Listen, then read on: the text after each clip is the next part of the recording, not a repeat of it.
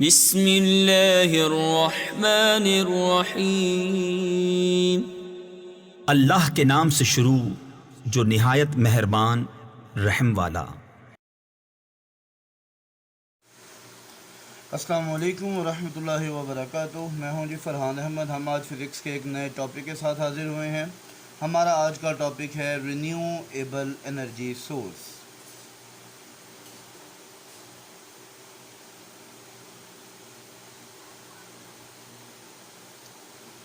जी, जैसा कि हमने अपने पिछले टॉपिक में देखा था, नॉन रिन्यूएबल से मुराद था नाकाबिल तजदीद या ऐसे ज़राए जिनको दोबारा इस्तेमाल नहीं किया जा सकता। तो रिन्यूएबल बिल्कुल इसके उलट है। रिन्यूएबल का मतलब है जी काबिल तजदीद या ऐसे ज़राए जिनको दोबारा से हम इस्तेमाल के काबिल बना सकते हैं। ऐसे ज़राए जिनको हम दोबारा इस्तेमाल के काबिल बना सकते हैं रिन्यूएबल एनर्जी सोर्स कहलाते हैं। रिन्यूएबल एनर्जी सोर्स की अगर हम यहाँ पे डेफिनेशन की बात करते हैं तो क्या होगा जी, the sources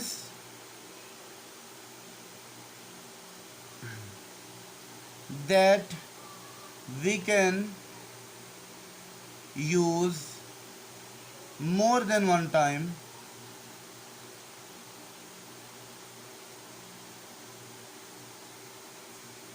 is called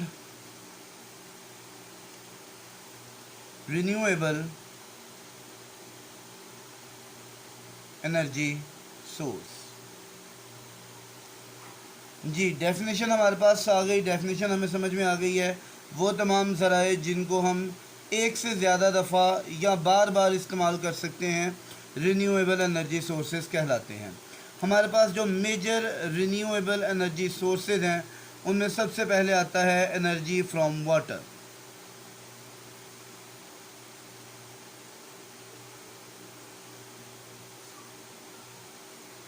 energy from water कौन सी एनर्जी है जी? ये वो एनर्जी है जिनको हम डैम्स में इस्तेमाल करते हैं और बिजली बनाने के लिए जब पानी को डैम में इस्तेमाल किया जाता है उस एनर्जी को यहाँ पर एनर्जी फ्रॉम वाटर में डिस्कस किया जाता है।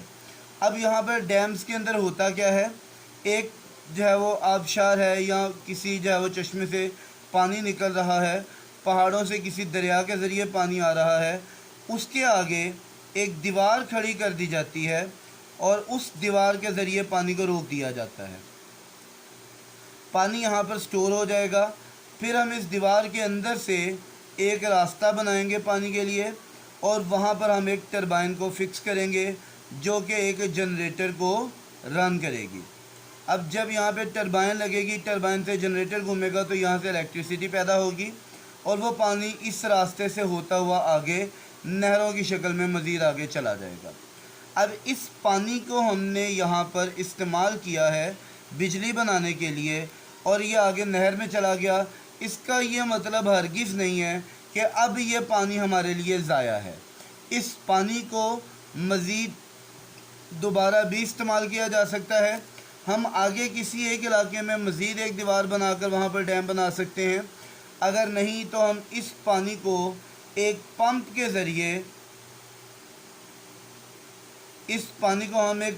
ज़रिए वापस जो है वो डैम के अंदर इसको जो है वो डाल सकते हैं जहाँ पर यह पानी दोबारा से गुज़रेगा और फिर से बिजली बनाएगा।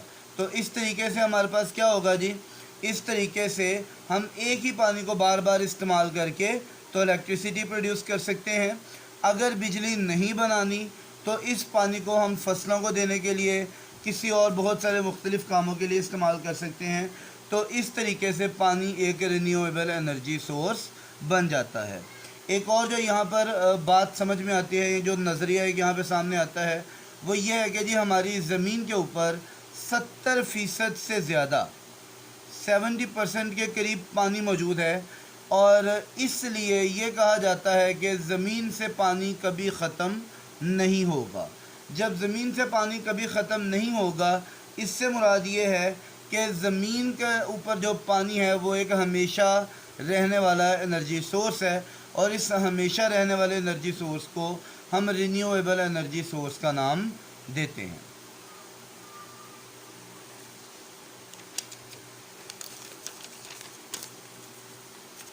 दूसरा हमारे पास जो एनर्जी सोर्स है वो है जी एनर्जी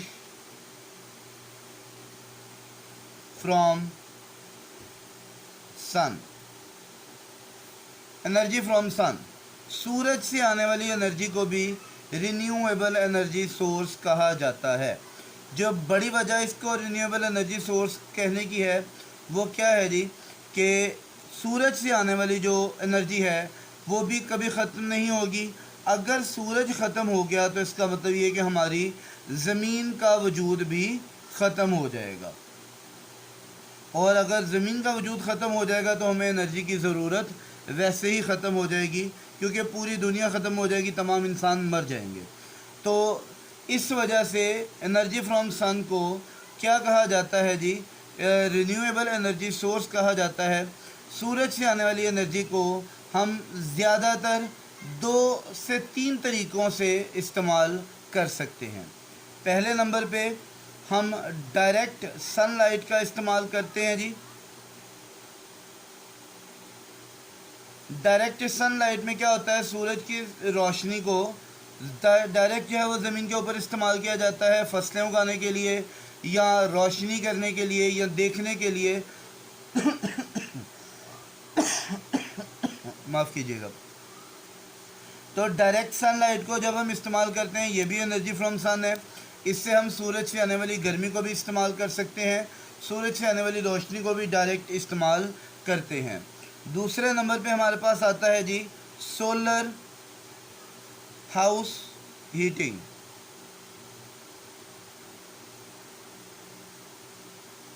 ये एक ऐसा तरीकाकार है सोलर हाउस हीटिंग का जिसमें हम सूरज की गर्मी को इस्तेमाल करते हुए पानी को गर्म करने या फिर हम अपने घरों को गर्म करने के लिए इस्तेमाल करते हैं।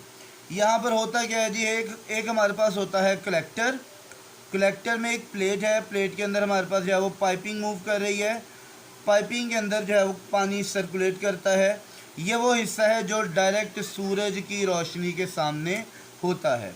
ये पानी आगे पाइपिंग जो है वो एक स्टोरेज टैंक में जाती है। स्टोरेज टैंक में हमारे पास पानी मौजूद है और यहाँ पर हमारे पास लगा है पंप। पंप क्या करता है, यहाँ से ठंडे पानी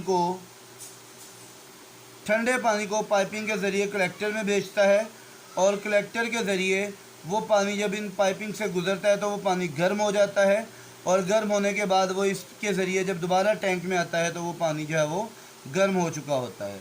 इस गर्म पानी के आगे से हमने पाइपिंग निकाली है जिसको डिस्ट्रीब्यूशन कहा जाता है। डिस्ट्रीब्यूशन से मुराद ये है कि जी यहाँ से पानी आगे जो है वो तमाम घरों को सप्लाई किया जाता है। ये गर्म पानी हम बर्तन धोने का, खाना बनाने के लिए, नहाने के लिए और मुख्तलिफ़ कामों के लिए इस्तेमाल कर सकते हैं। सोलर हाउस हीटिंग का जो तरीक़ाकार है, इस तरीक़ाकार से इसको सोलर गीज़र भी कहा जाता है। इस तरीक़ाकार से उन इलाक़ों में पानी को गर्म किया जाता है जहाँ पर कुदरती गैस या जहाँ पर कुदरती जो हमारे पास यहाँ पे आम तरीक़ाकार मौजूद हैं वो तरीक़ाकार इस्तेमाल ना हो सकते हों, वहाँ पर सोलर हाउस हीटिंग को इस्तेमाल किया जाता है पानी को गर्म करने के लिए। तीसरा जो तरीका है जहाँ पे हम सूरज की एनर्जी को इस्तेमाल कर सकते हैं वो है जी सोलर सेल। सोलर सेल्स, एक आपने नाम सुना होगा जी सोलर पैनल। बहुत सारे सोलर सेल्स को जब आपस में मिलाया जाता है तो वो सोलर पैनल बना लेते हैं। सोलर पैनल्स के ऊपर क्या होता है, ये एक सिलिकॉन वेफर है। इसके अंदर सिलिकॉन के मटेरियल्स को इस तरह आपस में जोड़ा जाता है कि वो एक वेफर की शक्ल बना लेते हैं।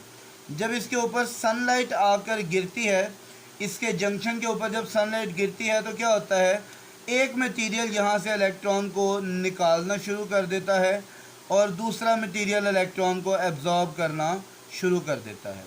जो इलेक्ट्रॉन को निकालेगा वहाँ पर आ जाएगी इलेक्ट्रॉन की कमी। जब वहाँ पे इलेक्ट्रॉन की कमी होगी तो ये बन जाएगा पॉजिटिव टर्मिनल, और जहाँ पर इलेक्ट्रॉन की असेस यानी कि ज़्यादती हो जाएगी, इलेक्ट्रॉन ज़रूरत से ज़्यादा जज़ब हो जाएंगे, वो हमारा बन जाएगा नेगेटिव टर्मिनल। इस पॉजिटिव और नेगेटिव टर्मिनल को हम फर्दर इलेक्ट्रिसिटी को के तौर पे लेते हैं और इलेक्ट्रिसिटी के तौर पर इसे इस्तेमाल करते हैं। इसको हम बैटरी को चार्ज करने के लिए और बहुत सारी घरों की चीज़ों को चलाने के लिए भी इस्तेमाल करते हैं। इस तरीके से हम सूरज की रोशनी को यहाँ पर इलेक्ट्रिक एनर्जी में कन्वर्ट करते हैं और उस इलेक्ट्रिक एनर्जी से हम फर्दर आगे बहुत सारी चीज़ों को चलाते हैं।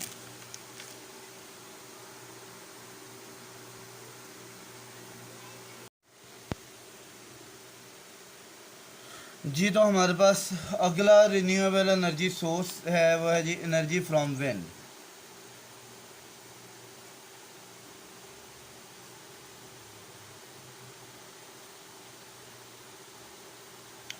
विंड से मुराद है हवा।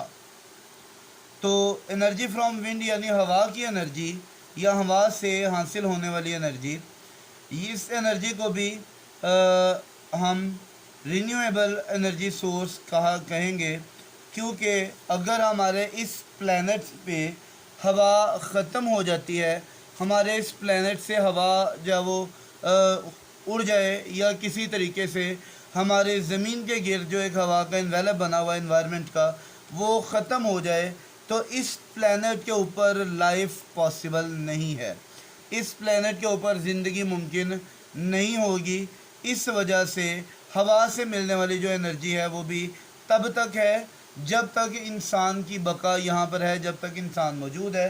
तो इसलिए हम ये कह सकते हैं हवा से हासिल होने वाली एनर्जी भी एक रिन्यूएबल एनर्जी सोर्स है। अब हवा से हमें एनर्जी कैसे हासिल होती है, हम उसे अपनी ज़रूरत के मुताबिक किस तरह कन्वर्ट करते हैं जी।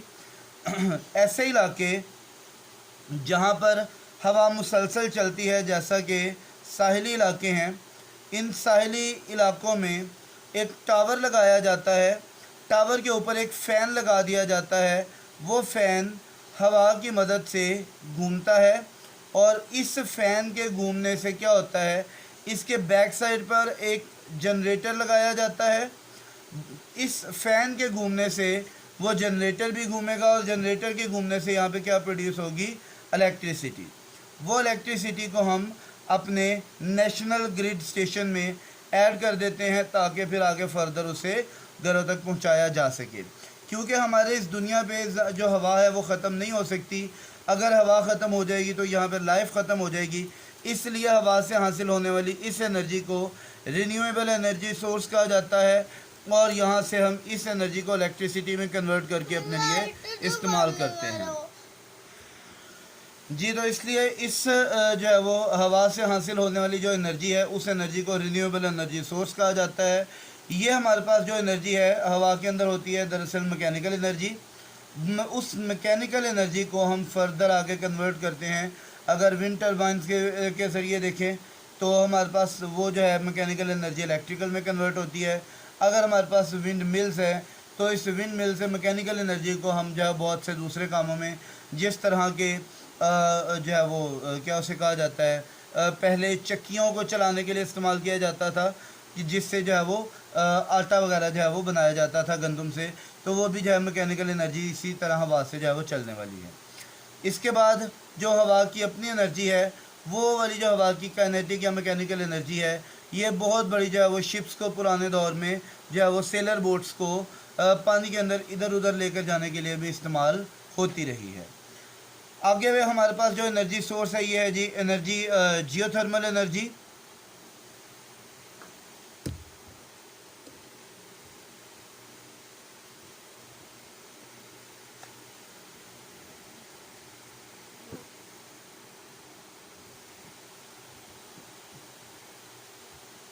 जियोथर्मल एनर्जी, जैसा कि इसके नाम से जाहिर है, जियो से मुराद है ज़मीन और थर्मल से मुराद है गर्मी। तो जियोथर्मल एनर्जी से मुराद है ज़मीन की गर्मी या ज़मीन के गर्म हिस्से की एनर्जी। जैसा कि हम बहुत सी जगह पे पढ़ चुके हैं, साइंस के अंदर भी हम पढ़ चुके हैं, हमारे पास जो अर्थ है, अर्थ की बहुत सारी लेयर्स मौजूद हैं। सबसे दरमियान में मौजूद है अर्थ की कोर।